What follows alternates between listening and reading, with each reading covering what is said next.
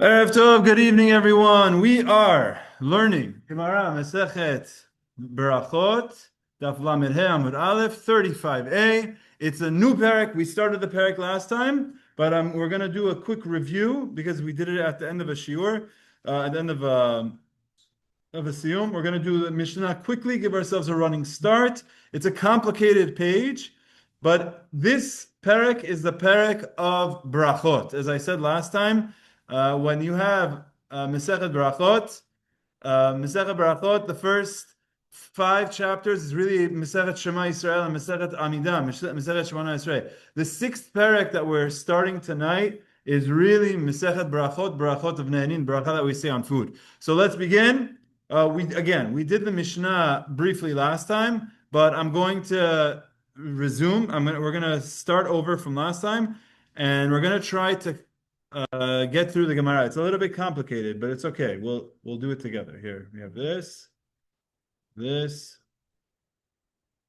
and does that work? Yes. Okay. Masechet Berachot.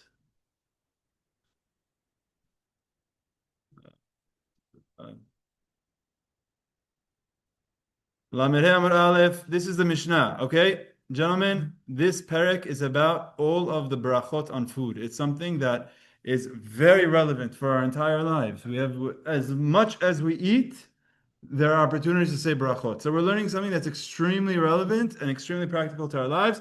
Let's go. Keitzad Mevarchin al perot. On the very beginning, we have a Mishnah that says, how do you make a beracha on fruit, on different fruits? We spoke about this last time. Al perot ilan hu omer, on fruits that come from a tree, you say Borei Pri Ha'etz. Blessed are you, Hashem, Elokeinu melech haolam, our God, Master of the universe, Borei Pri Ha'etz, who creates the fruit of the tree. Etz is a tree, fruit is that which comes out of it. When you eat it, you say, Hashem, this fruit is coming from you, Borei Pri Ha'etz. Chutz min hayayin, the only derivative of a tree that we don't make a beracha Borei Pri Ha'etz is the wine. She'al hayayin hu omer, on wine one says Borei Pri HaGefen, as they have it, or is Borei Pri HaGefen. Spoke about it last time. Ashkenazim say Borei Pri HaGefen, Sfaradim say Borei Pri HaGefen. Probably grammatically Borei Pri HaGefen makes more sense, but we are following the word of the Torah because Eretz Chita U'Sorah Gefen U'Tinav Verimon. But when you have a word that's Shavah, segol, at the end of a sentence, it becomes a'eh. For example, Eretz becomes aretz, or Erev becomes arev. So Gefen becomes Gafen. But we have a different customs. They mean the same thing. It's just a grammatical thing. Okay? So what beracha do you say on fruits? Borei Pri Ha'etz, with the exception of wine, which comes out of a fruit that you say Borei Pri HaGefen. Val perot ha'aretz, fruits of the earth. Hu omer, what's the beracha on fruits of the earth? Borei Pri Ha'adama. You say you created the fruits of the earth. So for example, you eat a melon. A melon is a fruit that's coming out of the earth. You say the beracha, Borei Pri Ha'adama. Chutz min hapat, except for bread, which again comes out of the ground through wheat and is processed. That gets elevated. Shalapatu omer, on bread one says Hamotzi Lechem min haaretz. Hashem, who brings bread out of the ground. Obviously, it's processed by us, by humans, but where it gets elevated. Essentially, what you have here is you have two types of berachot. You have fruit that come from a tree that's ha'etz, and the elevated one is hagefen, and then you have fruits that come out of the ground, which is adama, and the elevated one is bread. Hamotzi Lechem min haaretz. We know that there's also the beracha of mizonot. There's also beracha of shakol, but we're not doing those right now. Our Mishnah isn't getting into those. Ve'ala yirakotu omer, last question, last beracha of our Mishnah is what beracha do you say on vegetables? Vegetables, think about herbs, okay? There's something different between having a melon, which is a fruit that comes out of the ground, or eating grass, like cabbage. Cabbage is not a fruit that comes out of the ground, it's herbs. So our Mishnah, the first opinion, says Borei Pri Ha'adama. It's the same Borei Pri Ha'adama. It's coming out of the ground, you're saying Pri Ha'adama. Rabbi Yehuda says Borei Minei Deshaim. Rabbi Yehuda says the beracha on cabbage is Borei Mine Dishaim. Unbelievable. Did you know this beracha? Never heard of this beracha. I want to say it. Someone bring me some seaweed. Actually, seaweed's a whole different thing. Uh-oh. It keeps flickering? Okay. This is what happens. The Shiur starts, the thing starts doing some software updates. What can I do? No one else uses it. It only updates when I turn it on. Anyway, so so here we go. Rabbi Yehuda wants to get more specific, and the way Rashi explains to us is that Rabbi Yehuda says, Chachamim say anything that comes out of the ground, you say ha'adama. Anything that comes out of a tree, you say ha'etz. But whatever comes out of the ground, you say ha'adama. Rabbi Yehuda says, no, I want to get even more specific. There's different types of things that come out of ground. I have a fruit that comes out of the ground. I'm going to call it Pri Ha'adama. But I have like herbs that come out of the ground. I'm going to call that Borei Pri Ha'etz. And I have seeds that come out of the ground. You're gonna take a seed like a tochme, and you say Pri Ha'adama. It's not a pri, it's a seed. So what does it say? Borei Pri Ha'etz. This is what Rashi tells us that Rabbi Yehuda has another beracha. Rabbi Yehuda wanted to get more specific. We don't hold that way. These are the berachot of the Mishnah, the way Shelby Akimian said it. This is probably the easiest Mishnah you've ever learned. Okay, because you know the berachot. Berachot, let's just do a quick recap. Berachot on fruits of the tree, Borei Pri Ha'etz, with the exception of the highest level that comes out of a tree is the grapes, the wine that come out of it. You say Borei Pri HaGefen. And by the way, gefen doesn't mean wine. What does gefen mean? A vine. So it's not wine, it's vine. Yeah, this is like the Persian way of saying vine. Vine. It's a vine. What does that mean? It's also a tree, but it's a specific tree. A gefen is a grape tree or a vine. Okay?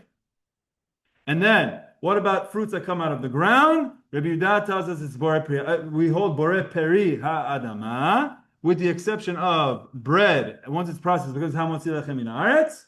And then we have Rabbi Yehuda's opinion that you have to also say specifically for herbs, Borei Pri Ha'adama, which we don't hold like. Okay, here we go. Gentlemen, I need you to buckle up. It's a complicated page, okay? That's okay. Let me just explain something. Let's say I want to teach you a rule.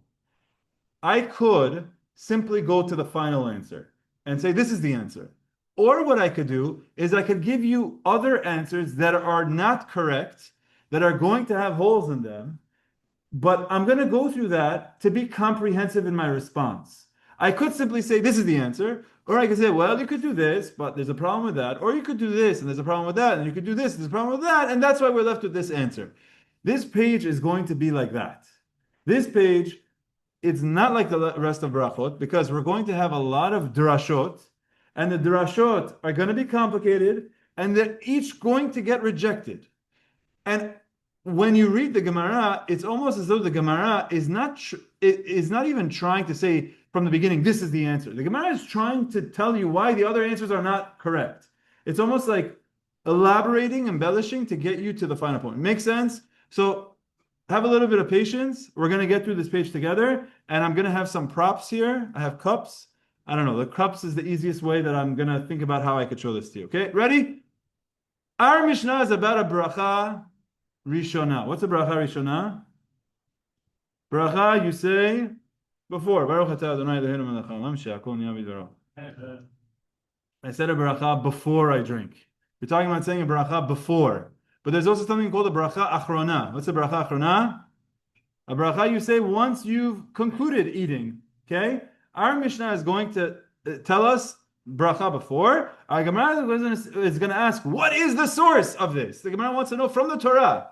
Mina ani mili. From where are these words known? The question mina ani mili implies I want a biblical source for the law you just taught. You just taught a law, you say a bracha. What's the biblical source? Tana Rabbanan, we learned in a Braita, Kodesh Hilulim Ladonai. Fourth year fruits. Again, I spoke about this last time, but I'll just say it very briefly. The Torah tells us in Parashat Kedoshim, if you plant a tree, what's your favorite fruit? Avocado. Okay? So you love avocados. This avocado tree that you grow, you planted it, year one, you cannot eat any avocados. You're not allowed to. It's called orla. Year two, you're not allowed to eat it. Year three, you're not allowed to eat it. For 3 years, 3 years, don't eat it. Yeh kol piryo Kodesh Hilulim Adonai. And that means, and in the 4th year, all of its fruit is going to be holy for a praise to God. What does that mean? By the way, in the 5th year, you could eat it. So that means in this 4th year, it doesn't say you could just eat it. There's some like quasi state where it says holy for praise to God. What does that mean? Kodesh Hilulim Adonai. So I'll tell you what it practically means. You can only eat it in Yerushalayim, which means, Cody, where do you live? Tel Aviv? Let's say, no, we're not talking about it in Israel. You know, I don't know if you actually like avocados, but tonight you're a Tel Aviv guy who likes avocados. Do they have avocados in Israel? They don't have avocados. No, they have very seasonal. They have avatiach all year round. Okay, but we need to talk about a fruit here. So you're from Tel Aviv, you take your avocados, you take a bunch of avocados, you go to Yerushalayim, guacamole fest. You're just like throwing guac to everyone. Why? Because you have 1,000 avocados from your 4th year. You're only allowed to eat it in Yerushalayim. And the Torah says Kodesh, they're holy, which means you could have to eat them in Ira Kodesh. Hilulim, praises Ladonai, for God. What does that mean, praises for God? What does the avocado has to do with praises for God? Praises, plural, 2 praises on your avocados. Melamed sheteonim beracha lifnehem ulacharehem. These avocados is the first time you're allowed to eat it. First 3 years you're not eating it. 4th year you're finally going to eat it. They're holy and they're praises because you're going to make a beracha before and you're going to make a beracha after. This is teaching us that the word hilulim teaches us beracha before and beracha after. Amar Rabbi Akiva, Mikan Amar Rabbi Akiva. Rabbi Akiva learns from here. Asur la'adam sheitom kelum kodesh shevarech. A person is not allowed to taste anything, not allowed to eat anything without making a beracha. Okay? So gentlemen, here's what I'm going to do. I have 2 cups here. And I want to make this visual representation because we're going to have a lot of back and forth. Hilulim means praises. It's an extra word in the Torah. This is how Berachot work. When you have an extra word, it could have just said, Uvashana ha'revi'it, yeh kol piryo, Kodesh ladonai, holy for God. But it says Kodesh Hilulim ladonai, for praises. 2 praises. What am I going to do to 2 praises? Okay, I have 2 empty cups. This one, beracha before. This one, beracha after. Good? You see it? Beracha before, beracha after? That's what the Mishnah, that's what the Gemara tells us. From the Torah, the Gemara is going to say, V'hai, Kodesh, Hilulim, Lahachi udata. I'm sorry about the flicker for people who are in the room, but you have books. V'hai, Kodesh, Hilulim, Lahachi udata. The Gemara is going to say, wait a minute. You're going to use these cups, these Kodesh, Hilulim, 2 praises, to teach me beracha before and beracha after? I need these 2 cups for something else. The cups are full. I learned something else from Hilulim. Hallel number 1, Hallel number 2. If I had a pen, someone have a Sharpie? Over here, write Hallel number 1. Over here, write Hallel number 2. No one has a pen? You got a pen? Oh, I don't need to notarize though. He's gonna notarize me. Okay, fine. You want my signature also? You need my ID? Yeah, come. I also have one, but yeah, I got one. Okay? Hallel number 1. Pen's dead. Number 1, Hallel. He's getting blurred out. Hallel number 1 and Hallel number 2. Thing 1, thing 2. Hallel number 2. Kodesh Hilulim. I have 2 Hilulim. I could have made a chart online, not a lot easier, but whatever. It's fun. Sometimes just going back to just something tangible. 2 cups. I can't use these 2 cups. Number 1 to teach me beracha before, number 2 to teach me beracha after. Why? Because they're full. I'm using them for something else. What am I using them for? Chad. One of them, Damar Rachmana, is coming to teach you a following rule. Achle v'hadar achle. There's a rule that is teaching you. If you want to eat this outside of Jerusalem, because Cody is saying my back hurts, I can't take these avocados to Yerushalayim, I'm eating them in Tel Aviv. We're having a guac party. We're having nachos and guac in Tel Aviv, watching the game tomorrow night. So, if you want to do that in Tel Aviv, not in Yerushalayim, achle v'hadar achle, redeem it onto money. Take your guac, take your avocado. Say, well, okay, I'm putting aside $1,000 to redeem this. This $1,000, I'm going to go to Yerushalayim later, and I'm going to eat something in Yerushalayim. I'm going to buy something from the shuk in Yerushalayim and eat it there. So I'm going to achle, which means redeem it, v'hadar achle, and then I'll exchange it. So the Gemara is making a drasha here. The word Hilulim is he lamed lamed. The drasha is we're taking the he and we're saying chet lamed lamed halal to deconsecrate, like to make it kadosh is kodesh. The opposite of kadosh is like chilul Hashem. Achle, make it chilul, make it deconsecrated by exchanging it onto money. Then you're allowed to eat it. So the fact that I'm allowed to eat my fourth year fruits without taking it into Jerusalem, that's one of the things that I learned from Hilulim. Granted, the word halal is not chalel, but that's the one drasha. So number one is taken. Why? Achle v'hadar achle. I can't use this cup. Ve'idach, my other halal, my other hilul, davar ta'un shira ta'un chilul. V'she'eno davar ta'un shira ein ta'un chilul. It's teaching me another rule.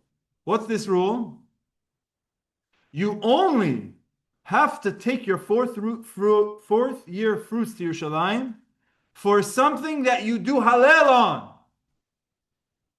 What does that mean? There is only one fruit or one food item in the Beit HaMikdash that our Levi'im sing while they bring that offering in the Beit HaMikdash.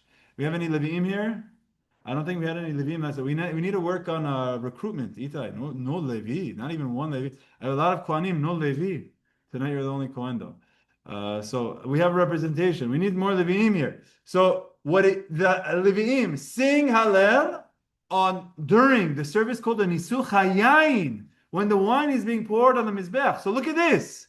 The Torah says you can't eat the fruit for the first 3 years, and in the fourth year you're allowed to eat it in Yerushalayim, and it's Kodesh Hilulim.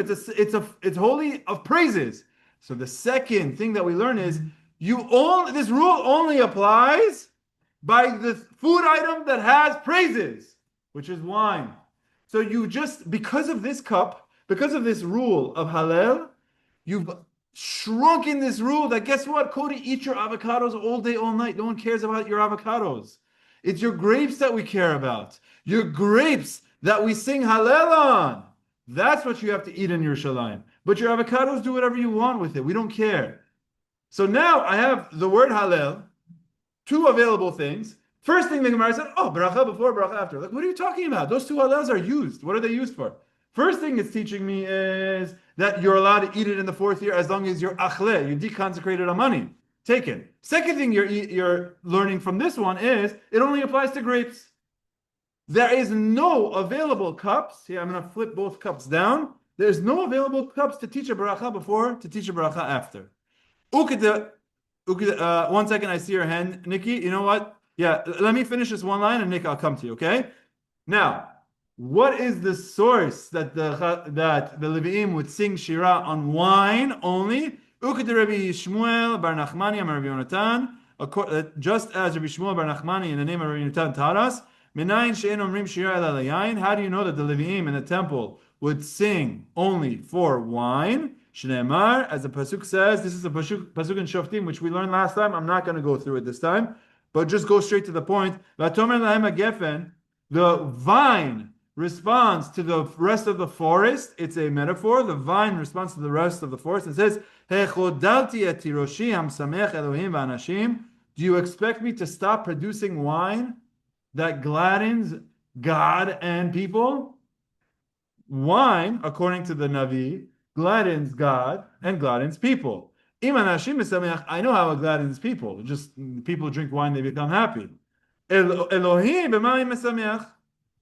How is wine making Hashem happy, so to speak? Because the Shira is saying over wine. The Shira of the Levi'im, Tony, we were looking for a Levi. We didn't get one, but we got another Kohen. It's the same, your cousins. Okay, bring a Levi with you next time. So just say you got to wash your hands and they'll come in. Oh, I have my pride and joy. Daniel, Baruch Hashem, you're here. Daniel, if you need any letters for like chesed hours or whatever it is, I'll sign whatever you need, okay? Whatever you need to get out of school, whatever. I'll give you my blank signature. Okay, so this drasha is telling you that wine makes Hashem happy because Shira is saying over wine. So that's the structure. Let's answer Nick's question and then continue. Yes, go ahead, Nick. Sorry, I didn't mean to raise my hands again. I don't know how, it's not so relevant. I just missed what you said about fruits for halal. You said grapes only? Wine.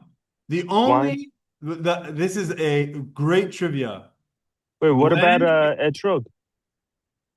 there's no offering of etrog in the Beit HaMikdash. Yeah, but you say Very halal. nice. Okay, I like what you're saying.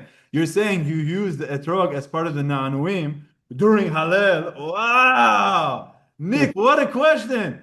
Unbelievable! Whoa! Nick has a great question. He says, what do you mean that the only fruit that you use for Halal is wine? Oh, do you not shake the arba minim?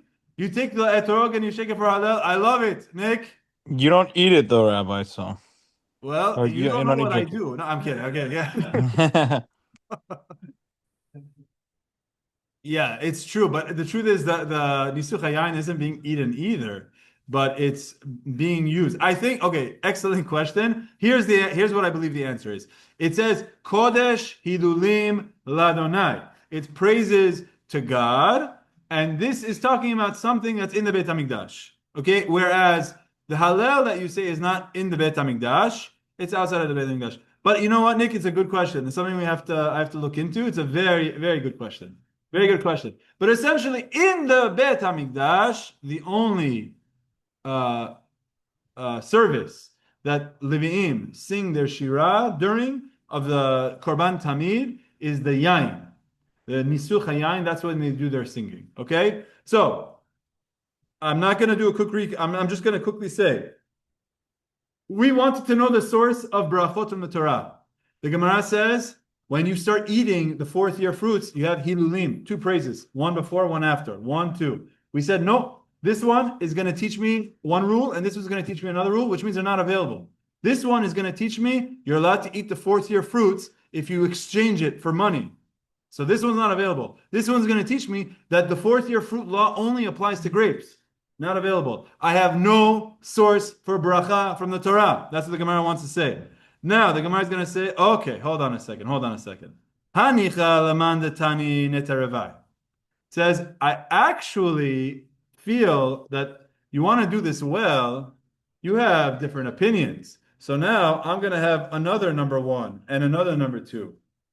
Okay? This is number 1, this is number 2. And I'm going to say, according to the opinion that says the fourth year fruits apply to all fruits, not just wine, they don't learn the second derasha. There's one opinion that says the fourth year fruit law. You know what the fourth year fruit law? Neta Revai. That the first 3 years you can't eat it. Fourth year you have to eat it in Yerushalayim. The Kodis avocados. That rule, grapes are to all fruits. So if you say it applies to grapes, you got a problem because that's what you use number 2 for to teach you Hallel, praise, not available. But if you say it applies to Kodis avocados, it applies to all fruits, so you didn't use number 2 to teach you that it only applies to grapes. So this works to use this pasuk of Hallel as a source for a beracha. Works according to the opinion that says the laws of Neta Revai apply to all fruit, Neta, all plantings.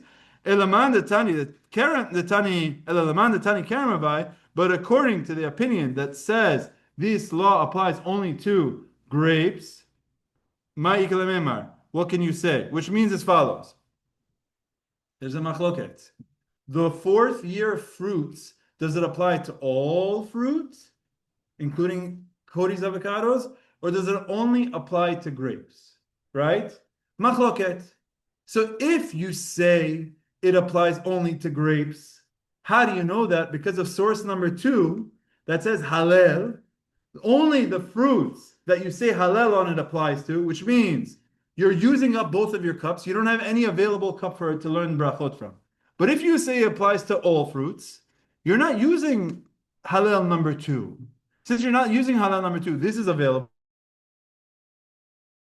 Good? Okay, I know it's complicated, but it's okay. The Itmar, because this is a statement that is a machloket. Rabbi Chia, Rabbi Shimon, Rabbi Chia and Rabbi Shimon, the son of Rabbi, Chad Tani Kerem Revai, V'chad Tani Neta Revai. One says that it applies to all fruits, and one says it applies only to grapes. Okay, everyone with me? So we're trying to find the source from Berachot, from the Torah, We offered something up that it says you can't eat fruits for the first 3 years, and in the fourth year, they're holy praises, 2 praises, beracha before, beracha after. We said, no. Those praises are coming to teach me 1 and 2. But if you hold that this applies only by grapes, both of these are taken. If you hold it applies by all fruits, then you have 1 available halal to teach you a beracha. Yes. You have 1 available to teach you beracha. Yes. What does that mean? Okay, so what that means is when you have an extra word in the Torah. No, I get that, but what do you mean to teach you beracha? It's very big. Okay, before we eat, going back to the Mishnah taught us a rule. The rule is, before you eat fruit of the tree, you say Borei Pri Ha'etz. Before you eat the fruit of the ground, you say Borei Pri Ha'adama. The Gemara says, who said I have to say berachot? There is no source in the Torah for that. Nowhere in the Torah does it say you need to say a beracha before you eat. It doesn't. So the Gemara says, it doesn't say it explicitly, but it's through a drasha. Because it tells us when you're talking about eating fruits, it says praises. In that 4th year, it's the first time you're going to eat your fruits. First 3 years, don't eat your fruits. 4th year, you're going to eat the fruits, and there's praises. Praises. What does that mean? What is the praises coming to include? I'll tell you. It's coming to tell you need to say berachot. And he says, no, it's coming to teach me 2 other things. What are you talking about? It's coming to teach me something else. This is, well, okay. It's only coming to teach you 2 other things if you hold this whole rule applies to grapes. But if you hold that this rule of the 4th year fruits applies to other fruits, so one of the praises is coming to teach you achle v'hadar achle, that you're allowed to exchange this. If you don't want to schlep it to Yerushalayim and you want to eat it, you're allowed to. So yeah, one of the praises is coming to teach you that. But the other one, there isn't anything special that you're learning from it. So it's available. It's an open slot. It's an open cup. So I'm going to learn from this that you have to say beracha before. It's not explicit. It's a drasha. Sorry? Just before. Okay. You're thinking about the exact right question, because I'm not going to say just before, because the Gemara is going to say it's actually referring to the one after. But Shlomo says, but hold on. When you attempted, you said you have 2 praises, 1 before, 1 after. Now you're telling me, I still have 1 available. Okay, but you came out saying 1 before, 1 after. So what are you going to use this available one? The 1 before or the 1 after? That's a good question, okay? So we're going to see that in the flow of the Gemara. Because the Gemara is basically going to say, you're starting off with 2, I'm ending with 0, and you say, no, I still have 1. Okay, but that's not 2. So what are you going to do? So we're going to see that in the Gemara. Now the Gemara is going to say, all right. Now you guys see on this side, I have 1 cup open, 1 cup closed. This is which side? One of my sides are fruit, one of my sides are grapes. Side 1 is when you hold that this whole rule is talking about fruit. Neta Revai. Cody's avocados. If I was good, I would make this green in avocados. And I would say how Cody has his avocados in Tel Aviv. He is not allowed to eat it in Tel Aviv. He has to go to Yerushalayim because this law applies to all fruits. And as long as you say this law applies to all fruits, you have 1 available drasha that you can learn from. Okay? On this side, on side 1, it's fruits. Side 2, you have grapes only. And if you have grapes only, nothing is available. Because this is teaching me I'm allowed to exchange and redeem it. This is teaching me grapes only. So if you hold grapes only, you have no available slot to learn berachot from. But it's only saying if this is the source. Correct. And I'm telling you, the Gemara is going to say this is not the source. We're exhausting all options, even though the option, this is what I mean. Someone wants to give you a very nice presentation and is going to say this, and you're saying, why are you going there? What does this have to do with it? The Gemara is giving you a very embellished, long-winded response to show you that we've exhausted everything. Okay? We're exhausting an option. There's somewhere in the text that has to do with eating fruits that has some extra words in there. Let's explore. Okay? So now the Gemara says, now, I spoke about the whole side about... Okay. Ulaman the Tani, Kerem Revai, and even in the side that it's about grapes, that I'm telling you nothing is available, Hanicha I alif Gezerah Shavah. I have a way of opening up one of my cups. I have a way of taking this second cup and saying, you know what? I actually can make it available. I have a way of freeing up one of my Hilulim. How so? By making it a Gezerah Shavah. Ditani, Andy, what's a Gezerah Shavah? Same word used in two different contexts. Same word is used in different contexts. Andy, Be'ezrat Hashem, I hope you're going to be clear-minded until the end. I know this is something that you're going to be able to say until the very last moment of your life. Gezerah Shavah, this man knows cold. He can stop it on the street, ask him what's a Gezerah Shavah. Same word in two contexts. You take the law context of one and apply it to the other. So, what we're going to say is, you know what? Instead of learning it from the word halal, I'm going to learn it from a Gezerah Shavah instead, that this only applies to grapes, which would free up my second slot. Okay, how am I going to learn from Gezerah Shavah? The Tanya, as the Braita says, Rabbi says, Ne'emar kan le'osif lachem tebuato. It says here in the context of the fourth year fruits that it will increase your tebuah. Le'osif lachem tebuato. It will increase your tebuah. First 3 years you couldn't eat it. Now in your fourth year it's going to increase the tebuah that's available for you. V'ne'emar le'alan tebuat hakarem. And there's another pasuk in the Torah that says tebuat hakarem, which means the grain of the vine. Oh. Here by the fourth year fruits, it says tebuah, which means grain. Elsewhere in the Torah, it says tebuat hakarim, which means the grain of the vine.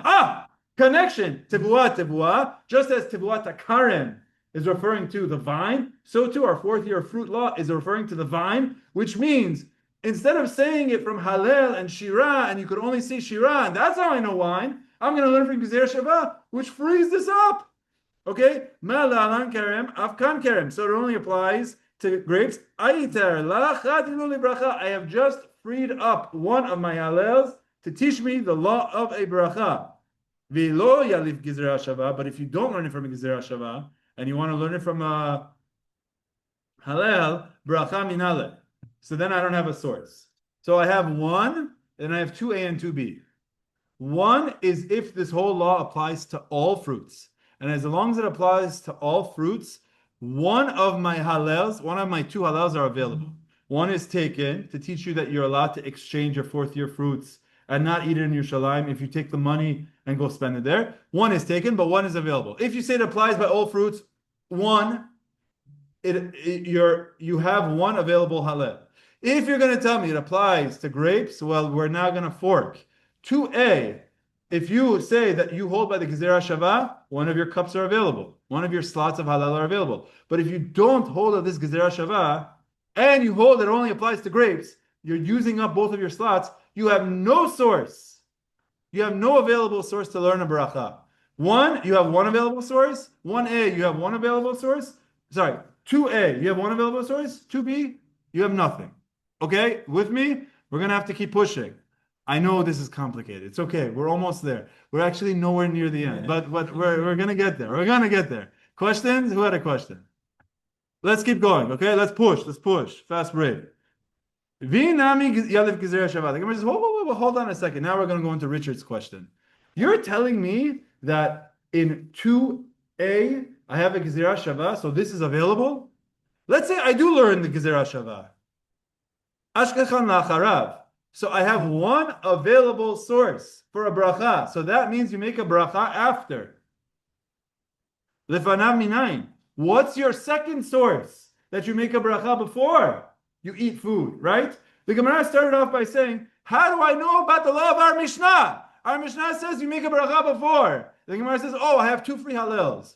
2 free halals? At best, I have 1 free halal. And that 1 free halal is going to default to teaching me beracha after.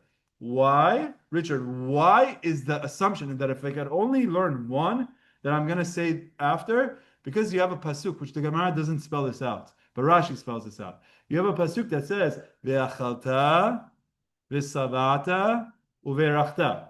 You eat, you're satisfied, and then you make a beracha. So if you have only one available slot, I default to beracha after. So I am going to make a beracha after I eat fruits. Fine. How do I now know I have to make a beracha before? Because that's what the law of the Mishnah is. Halo kasha. Nah, that's not a problem. The atya bakal VaChomer. I'm going to flip my tea on top of myself. I know what's going to happen. I just no one let me flip this. It's going to be bad. The atya bakal VaChomer. I'm able to learn the beracha before if you give me one cup. All I need is one cup. Because if you give me one slot, I could be very elegant here. I learned the beracha and after I eating food, and through a Gezerah Shavah, I'm going to include a beracha before also. Kal VaChomer, sorry. Through a Kal VaChomer, which is a logical inference, I'm going to learn a beracha before also. How? Kishehu Savea. What's my Kal VaChomer? You have to make a beracha when you're already satisfied after you ate. Mevarach, you make a beracha already after you ate. Kishehu Ra'ev lo kol sheken. All the more so you should make a beracha when you're not satisfied yet. The way the Vilna Gaon explains this is that you make a beracha, your logical expectation is you make a beracha when you're most excited about something. When are you most excited about food? Before the food or after the food? For sure before the food, because if you get in the way of someone and food before they eat, they're going to kill you. Actually, your life is in danger. Afterwards, you could have food in front of them. Nah, I'm going to throw up. Afterwards, you're not excited anymore. After you're done eating, there's no excitement. So, I have one available cup. That's going to teach me I have to say beracha after. And if I have to say beracha when I'm already satisfied, of course I have to say beracha when I'm excited. I'm smelling it. I'm salivating it. My blood temperature is going up. Of course you're going to have to make a beracha then. So it's very elegant. All I need is one cup. All I need is one slot. You get me one slot and I'm going to sneak in two. Two for the price of one. That's what the Gemara wants to say. So the Gemara says, okay. Now I got it. Okay? If you learn about, it talks about all fruits, podis, avocados. I get one slot. One slot teaches me after. Kal VaChomer I learned before. I just got my source for beracha before and after. If you teach me Kerem, vineyard, and Gezerah Shavah, same thing. I have one cup open. I learned beracha after, Kal VaChomer beracha before, I'm good. But if you teach me Kerem, no Gezerah Shavah, I have no available source. What am I supposed to do? So the Gemara says, in this, sorry. Right now, forget about this side. The Gemara is over here still. When I'm talking about grapes, I found one that gets me both. The Gemara says, Ashkechan Kerem, Sha'ar Minin Minayin. The Gemara says, you have a problem. Because if you focus on grapes only, then what did I just narrow my scope to? You have to make a brachot on food that's grapes. That's it. If you're in this world of grapes, and you're saying that's the source for making berachot, so guess what? Make berachot on grapes. Don't make berachot on anything else. If you're going to limit it to grapes, you got a problem. Ashkechan Kerem, I found a source for a bracha on grapes. Sha'ar minim minayin. But what about other types of foods? The Gemara is going to say, well, the yalef mikerem, we're going to extend it. We're going to extend it from grapes to other things. Ma kerem davar shene'eneh v'taun beracha. Because grapes is something that you enjoy, so you need to make a beracha. Avkol davar shene'eneh v'taun beracha. Okay, everything else that you enjoy. Which means my source is by grapes. But once I apply that I have to make a beracha before and after I eat grapes, why should that be any different than anything else? There's nothing unique about grapes. The Gemara objects. The Gemara says, well, there is something unique about grapes. Guys, hang in there, okay? There is something unique about grapes. Grapes have a unique law that applies in the Torah only to grapes. That's the law of olelot. There's a law in the Torah that says if you have grapes, I had some pictures on this. Let me see. I don't want you guys to okay. When you have a cluster of grapes, usually it's like there's a few grapes on top, few grapes on the bottom. You know what I'm talking about? I know I have to bear with me for a second. Let's see what I could find.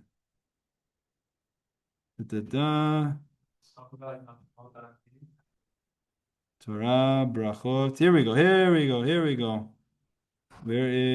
I have a photo from Rabbi Stefanski. Gemara Berachot. Yeah, this is it. Yeah, Manod Avinim. Exactly. Rav Eli's charts. Okay. Mivachshin. I'm so sorry. I should have come prepared. Everything is being transcribed. Look at that. Whatever I say is being recorded. That's There's a transcription. Okay, hold on. Let me share screen. My share screen is going to be complicated because now I'm going back to screen and not. I don't have a license. Long story. My license got revoked. Okay, so here, you have this on the screen. You have different types of grapes. On these like purple grapes, you could see how there's a lot of layers. That top is called katef. What is katef? Shoulder. Okay, head, shoulders, knees and toes. You got your katef. Look at the shape of this grape. Imagine there's a head over here. This is your shoulders. It's out. So that part of the grape is called shoulders. This is called a natef. Again, it's the body of the grapes that there's a bunch of layers. Look at this weak, poor excuse for grapes on the left side. There's no shoulders, there's no body, there's nothing. This thing, it looks like it needs CPR. This is called olelot. Weak grapes. The Torah says, hey, listen. You're picking your grapes.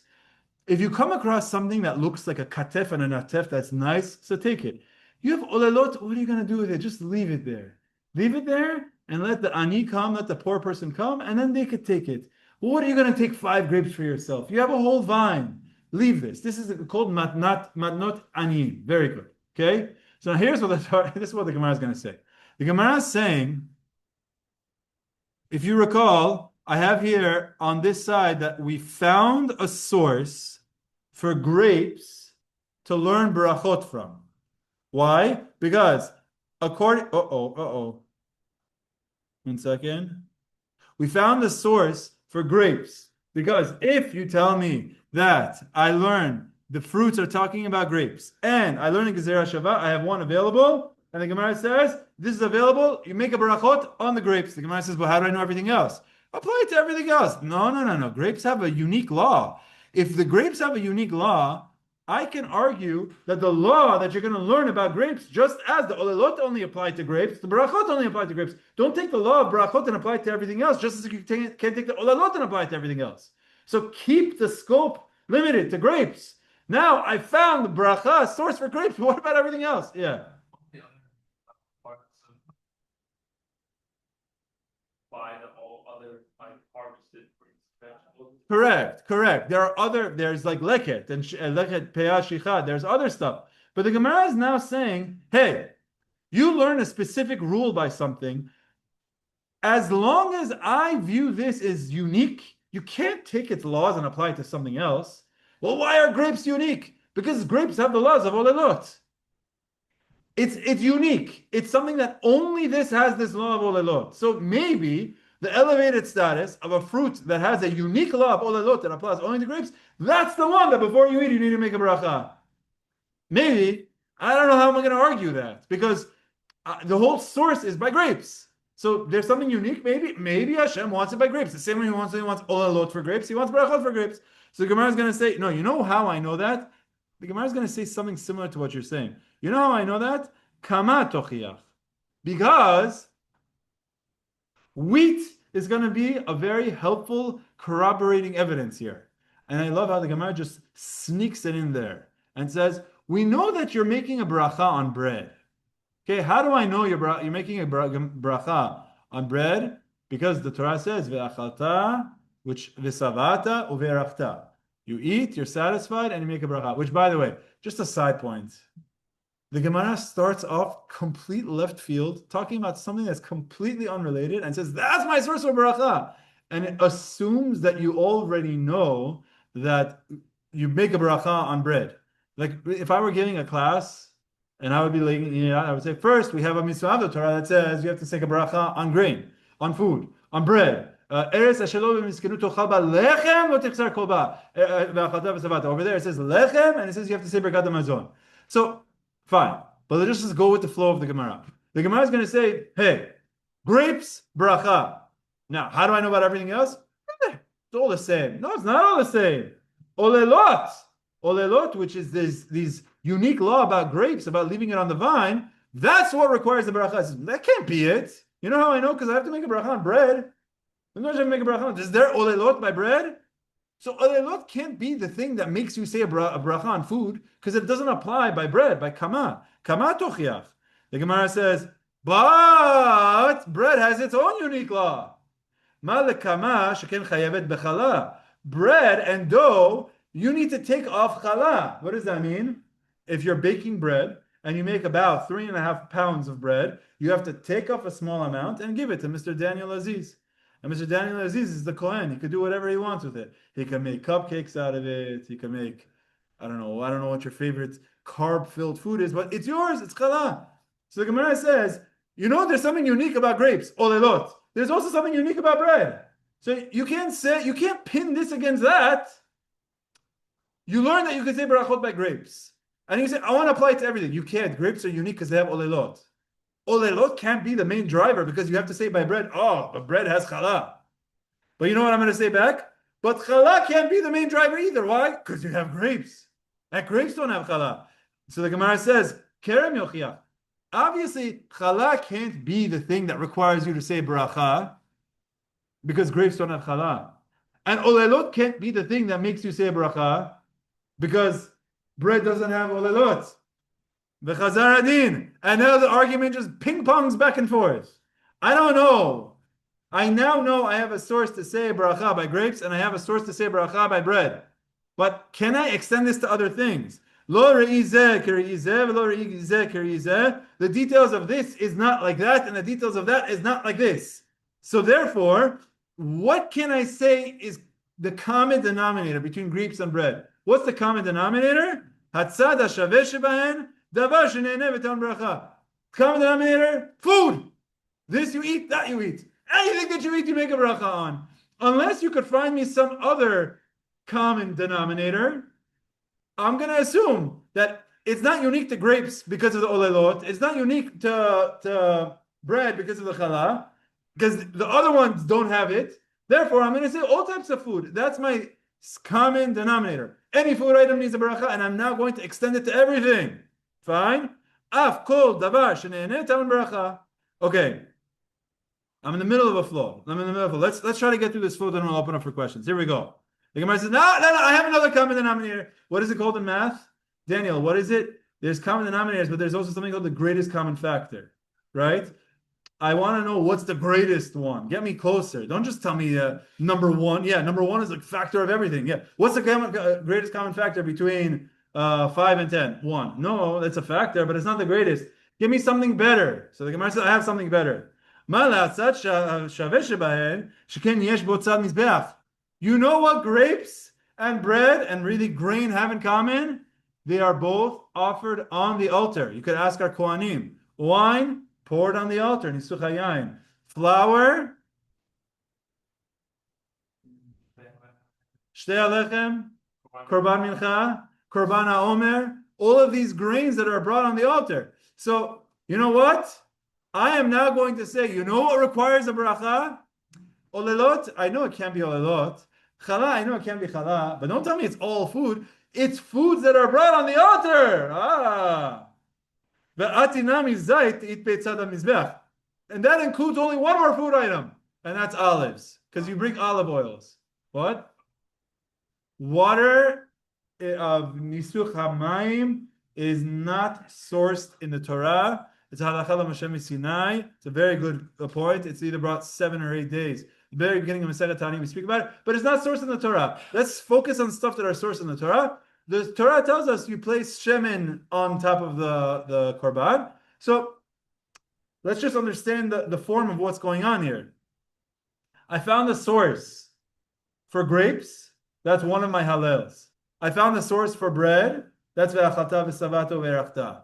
Now, I want to apply this to all other foods, but each of these have a unique detail that say, maybe I can't apply this to other stuff. This has challah, this has olelot, and we say, but the very fact that the other one exists means you got to find the common denominator. What's the common denominator? They're both brought on the altar. So now I'm allowed to extend to everything that's brought on the altar, which now includes grapes. But now, the zait, now the Gemara is just going to say, like, why do I even, this next line is just going to be like, why do I need to use common denominator to use grapes? I could actually include grapes within the species. Sorry. Why do I need to use the common denominator to include olives?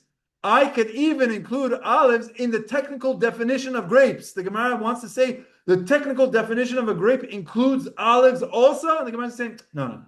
It doesn't. Okay? So that's just like, we're going to take a small tangent. Right now where we are is grapes, bread, common denominator, altar, which comes to include olive oil. The Gemara is going to say, why do I need to use that as a common denominator? Do I need to learn olives from the common denominator that it's also brought on the altar? I can include that into the technical definition of a vine, because the olives are referred to as a vine also. Dichtiv vayav'er migadish v'yad kama v'yad kerem zait. It says he burned. This is talking about Shimshon. He burned an entire field until the vine of olives. It's called a kerem zait. Kerem zait is a vine of olives, so that means kerem includes olives. So sorry, what I don't know. Yeah, kerem zait includes olives. So I don't need to do it through a common denominator. I could just do it in the technical definition. Rav Papa says, hold your horses. Kerem zait akri. It is referred to as a vine of olives. Kerem zait. Kerem stama lo ikra, but it's not called kerem. Kerem by itself is referring to grapes. Kerem zait might refer to olives, but it's the whole thing we're talking about here is kerem, tuvat karem.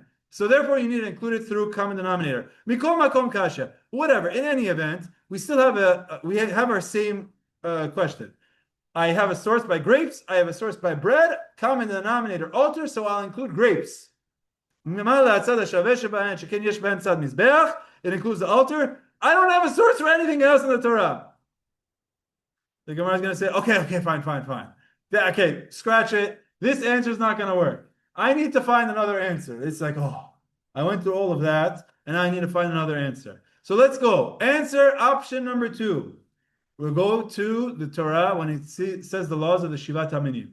What does the Torah say with the laws of Shivat HaMinim? Eretz chita us'ora ve'gefen utena ve'rimon eretz zet shemen udvash. There are 7 species that the land of Israel is praised by, and then the Torah says ve'achata ve'savata ve'rachta. You eat them, and then you say a beracha on them. So the Gemara says, that's my source for saying berachot.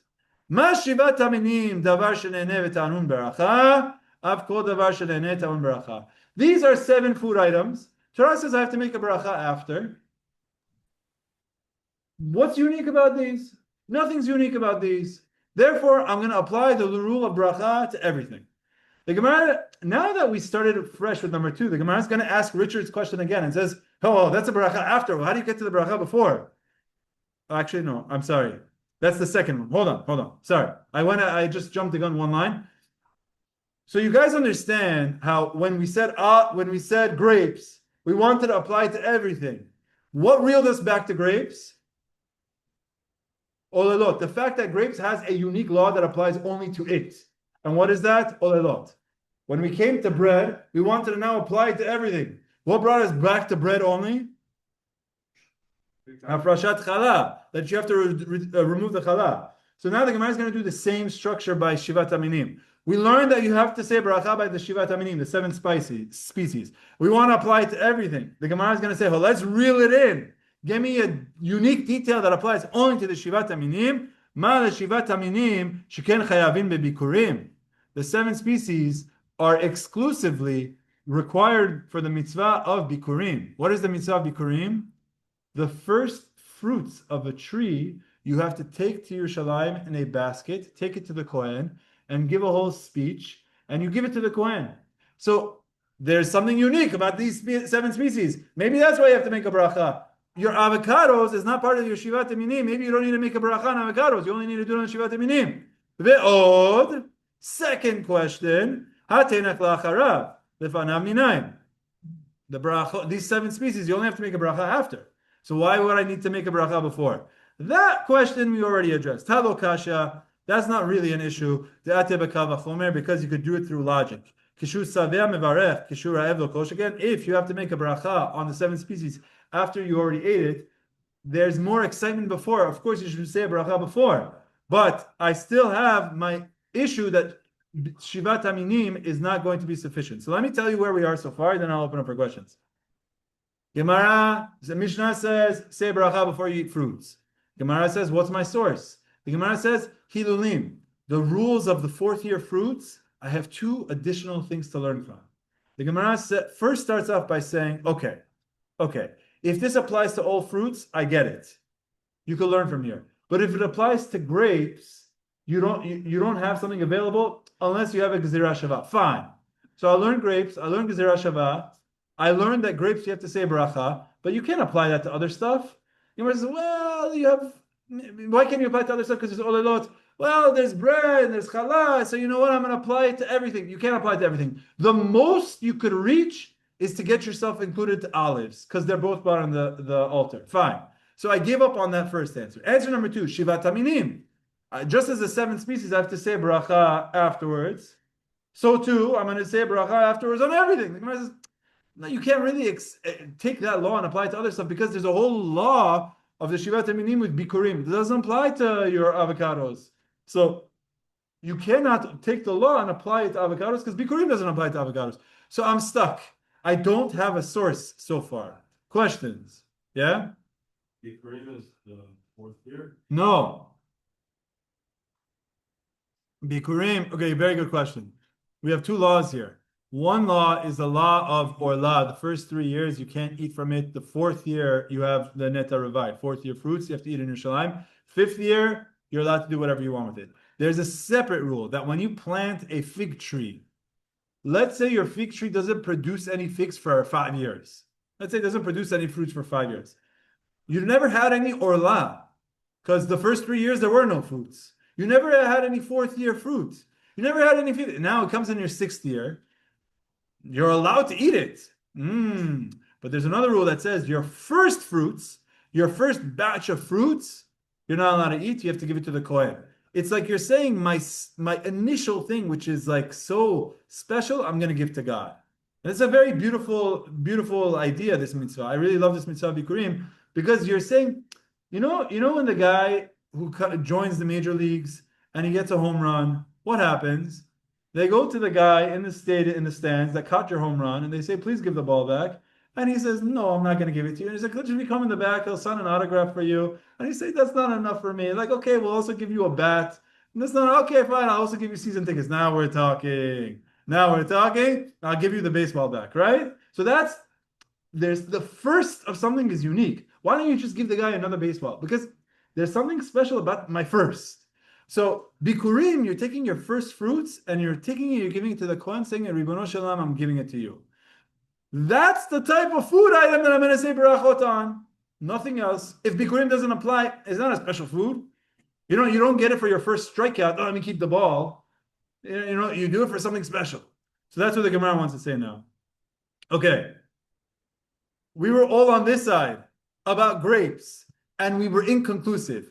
Grapes didn't get us anywhere. Shivat Aminim didn't get anywhere. But then the Gemara says, hold on a second.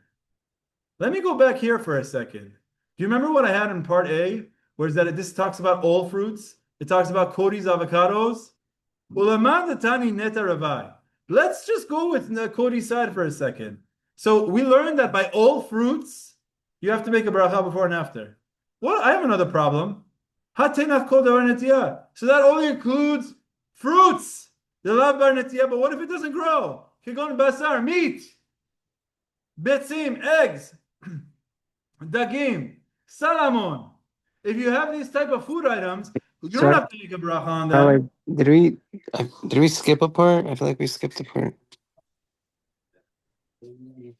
Which part? No. It was the same logic. Halo kashya, the ati VaChomer. No, that part, it was a repeat.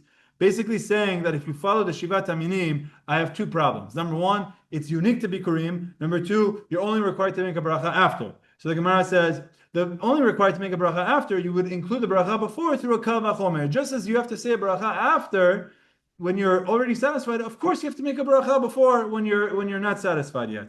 But I'm stuck with my bikurim question. So now the Gemara is just going to pivot and say, that answer is not sufficient. But let me go back to the one that you thought was good about the Neta Revai.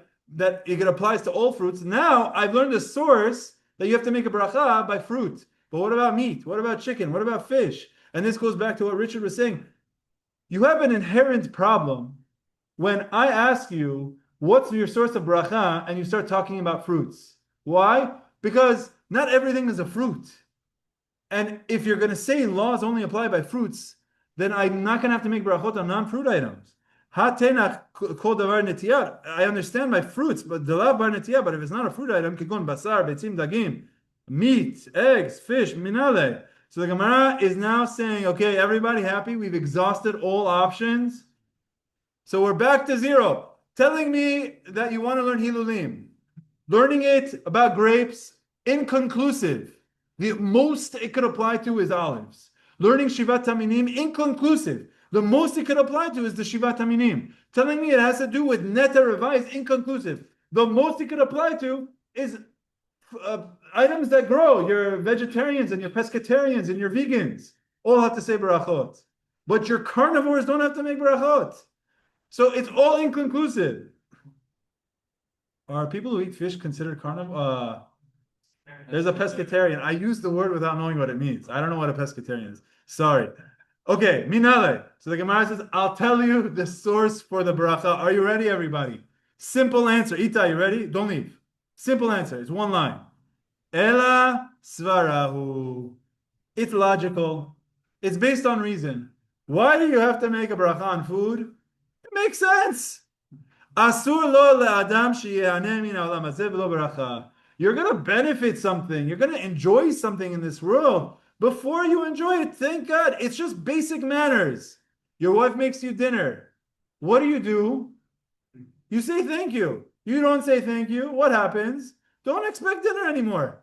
It goes hand in hand. You got something. You're going to enjoy it. You say thank you. Svarahu. So the Gemara says, why do I have to make beracha? Why? Of course you have to make a beracha. What kind of a question is this? The Gemara exhausts all source scriptural types of answers to say, if you go here, it's not sufficient. If you go here, it's not sufficient. If you go here, it's not sufficient. Why? To tell you, you're not going to find the source for a beracha before. But it's logical. Good? Svarahu. Svara mean? It's a logical answer. Asur lo le'adam sheyehaneh min ha'olam hazeh b'lo beracha. Person wants to benefit and enjoy from this world, he should make a beracha before. Yes? When you derive halacha off of logic and common sense, especially when it comes to using Hashem's name in vain, you don't want to start throwing beracha around just because you think it makes sense. Whoa. Okay. Tony was quiet all day. And then once we hit logic, he's like, I know this. And then he comes in there and he says, that's not logic. That's not okay, fine, very good. So let's go through. Let's just talk through Tony's question. How powerful is logic in the system of halacha? In the system of learning laws, where does logic fit in? It's a valid question, because if you want me to use logic, there's a lot of things that are known as common sense that are against the Torah.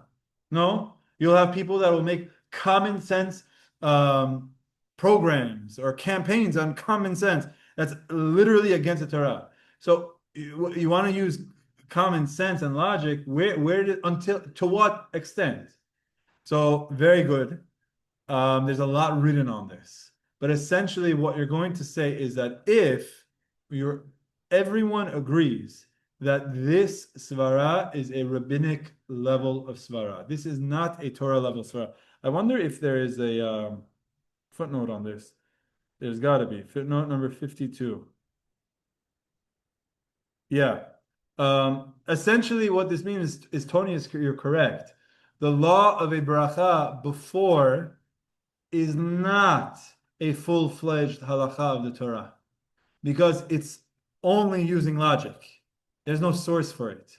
So your question is, how can you use logic from the Torah? The answer is, from the Torah, you're not required to make a beracha before. This is a rabbinic enactment. And the rabbis have the authority to say you're going to make a beracha, to use Hashem's name. Why? Because the rabbis have that jurisdiction to be able to tell us this is a way of blessing Hashem. So is this a Torah source? The answer is no. Berachot before is not a Torah law. You cannot use your own logic that is completely disconnected from the Torah to create a Torah level requirement. But the rabbis are allowed to introduce a rabbinic level requirement and say, we think it makes sense. You're going to enjoy something, we're going to establish that you say a beracha before. What's your source? There is no source from the Torah. Why are you poking into the Torah for something that the rabbis enacted? Beracha before is a beracha d'Rabbanan. So Tony, the beracha before eating food is rabbinic. There is exceptions of where logic does have the authority, a level of the Torah, and that's a kal VaChomer from the Torah. If you have a kal VaChomer law from the Torah, it's one of the Yud Gimel Drashot Torah Nidreshet Ban, Yud Gimel Midot. One of the 13 tools that the Torah is used is a kal VaChomer. I'll give you an example. There's different ones, but here's an example. The Torah says a man is not allowed to be with a lot of forbidden relationships. He's not allowed to be with another married woman who's not his wife. He's not allowed to be with his sister. He's not allowed to be with his mother. He's not allowed to be with his aunt. He's not allowed to be with his granddaughter. What about his daughter? Does the Torah say he's not allowed to be with his daughter? No, it doesn't say. So if a man is with his daughter, is that going against the Torah? Yes. But it doesn't say it. Logic. It's logic. Why? Because it says you can't be with the granddaughter. If you can't be with the granddaughter, of course you can't be with the daughter. So that's included, logically, full-fledged Torah requirement that you'd be willing to execute for. So you're using logic, but it's a logic of a kal VaChomer from the Torah. As opposed to this, it's logic, but it's somewhat disconnected because it's saying, you're going to enjoy something, you should thank Hashem first. Okay, that's a rabbinic requirement. It's not a Torah requirement. So just to answer your point, there are times where logic in the kal VaChomer in the right context will have Torah level, but this is not one of those examples. Okay? Question. No, you had a question? No? By the way, I am exhausted after that page. Okay? I'm exhausted, and Be'ezrat Hashem, hopefully we get zechut for all of our learning. Yeah. 3 questions. Okay, can you wait until we finish, and then afterwards you could ask someone else? No, I'm kidding. Go ahead. I'm kidding. Okay. Go ahead. I was joking. We define the source of what he said about that. So the source for saying a beracha, no. So the way our Gemara concludes is the source of the beracha before is svara, is logic.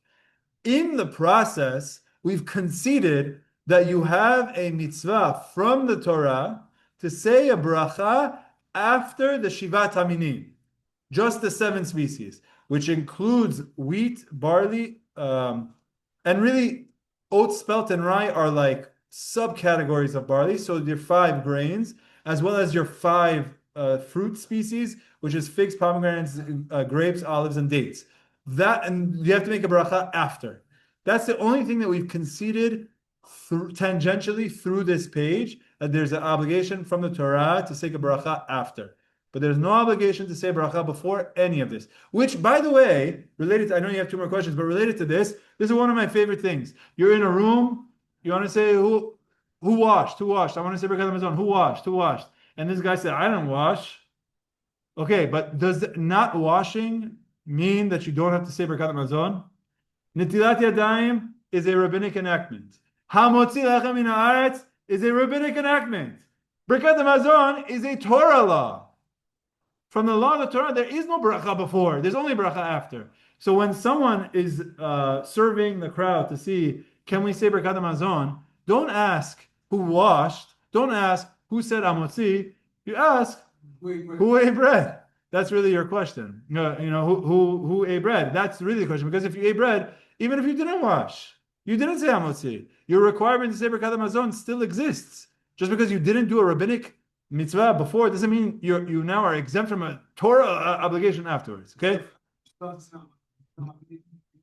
That is a fact, even if ChatGPT tells you it's not. Even if it hallucinates, that's a 100% fact. Okay, I know what you're going to do. You're going to prompt ChatGPT to say, "Tell me that it's not correct." No, it doesn't work, Grandma. Doesn't work. No, yeah. This is a fact. the bracha before is rabbinic. If someone doesn't say Hamotzi, are they still required to say Birkat Hamazon? If they ate the proper shiur, yes. If they didn't do Netilat Yadayim, still you have to say Birkat Hamazon. Still. Yeah, very good, very good. I like that. So are we going to learn source and use it? We learned the source. No, that was a failed attempt. Bikurim failed. Based on knowing you say that. It's failed attempt. The source of saying a beracha before is svara.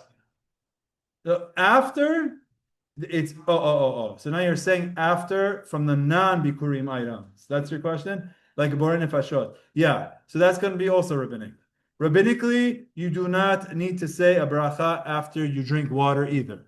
Okay? But there's a Borei Nefashot, which it's all going to be rabbinic. So from the Torah, you have a requirement to say beracha. According to our daf, you have a requirement to say beracha after 7 species. That's it. The rabbis extended that laterally to other food items that you have to say beracha. It also extended it vertically to saying, it's not the right word, but extended to saying berachot before food items as well. That's the source. You're absolutely correct. There's not going to be another source for saying a beracha after. For anything else, it's all rabbinic. Okay, that was 2 questions. You have one more? Bro, I was gonna ask earlier. They said, was it VaChomer that you obviously say something before you're gonna say it after, but they say if you say I got started to the bathroom. Okay, very good question. Okay, so you know what? I'm going to use your question to address something that the Vilna Gaon says. Okay, so Richard is saying as follows. If your logic is going to be that if I make a bracha before, then I should make a bracha after also, I go to the bathroom. Sorry. I said it reversed. If your logic is that when you make a bracha after, then I also have to make a bracha before, because after I eat, I have to make a bracha. Therefore, I know I have to make a bracha before I eat also. So if I make a bracha after I go to the bathroom, I have to make a bracha before I go to the bathroom also. But we got a problem. The whole third perek tells you that if you have to go to the bathroom, you're not allowed to say brachot. You know, I don't want to traumatize you, but you're the one that's most traumatized by this. If you're about to if you want to say Amidah and you have to go to the bathroom, you're not allowed to say Amidah. You're not allowed to. Drop what you're doing, go to the bathroom. We've spoken about how sometimes it means even if you take your tefillin with you to the bathroom, that's fine. We're not going to rehash that whole Gemara. But technical issue, you can't make a bracha before you go to the bathroom because you have to go to the bathroom, and you're not going to make a bracha when you have to go to the bathroom. But Birkat Torah is a whole different discussion. There is a bracha that we say before we learn Torah, and that's what we say in the morning. There's also a bracha that you say after. So you say Asher Bachar Bani Mikol Amin before, and then Asher Natan Lanu after you read the Torah. The bracha before is viewed as a Torah law, and the bracha after is a rabbinic law. So it's a reverse. By food, bracha after is Torah law. By Torah, bracha before is Torah law. So the Vilna Gaon says it's the same point. You say a bracha at the point where there's most excitement. So if I have to say bracha after, I'm more excited before, so of course I have to say one before. And if I have to say a bracha before I study Torah, there's more excitement after. Do you feel better an hour ago, or do you feel better now? I feel like relieved right now. I feel good right now. I feel like, hi. An hour ago, I started losing my voice. I'm sweating. I took off my sweat. Now I feel good. So there's like a level of excitement with spirituality after you experience the spirituality. So the Vilna Gaon says, if you have to say bracha before, of course you have to make a bracha after. Whereas physicality, it's all at the beginning, but once you experience it, is nothing. It's actually a very beautiful idea. The difference between spirituality and physicality. Physicality, it's something amazing until you experience it. Once you experience it, my stomach hurts, it's over, I don't even remember it. And with Torah, beforehand, whatever you're experiencing, you feel more accomplished and feel more satisfied after Torah. So that's what the Vilna Gaon says, if you have to make a bracha before, because it says, before you study Torah, you have to make a bracha. Of course, I have to make a bracha afterwards as well. Okay? A few more questions? All right, we got through it. This was, I have to say, in Masechet Berachot, This is the first time we had this. This side, this side, this side, this cup, that side. We didn't have this in Berachot so far has been very smooth. Took us 35 pages. We went through a very difficult daf. And we're going to have a few more difficult daf to go, but there's very important, relevant halachot that we're going to be learning in this parakim about Berachot. Let's together become experts and let's together focus and make Berachot before and after we eat. Yes? Maybe we should put it into club.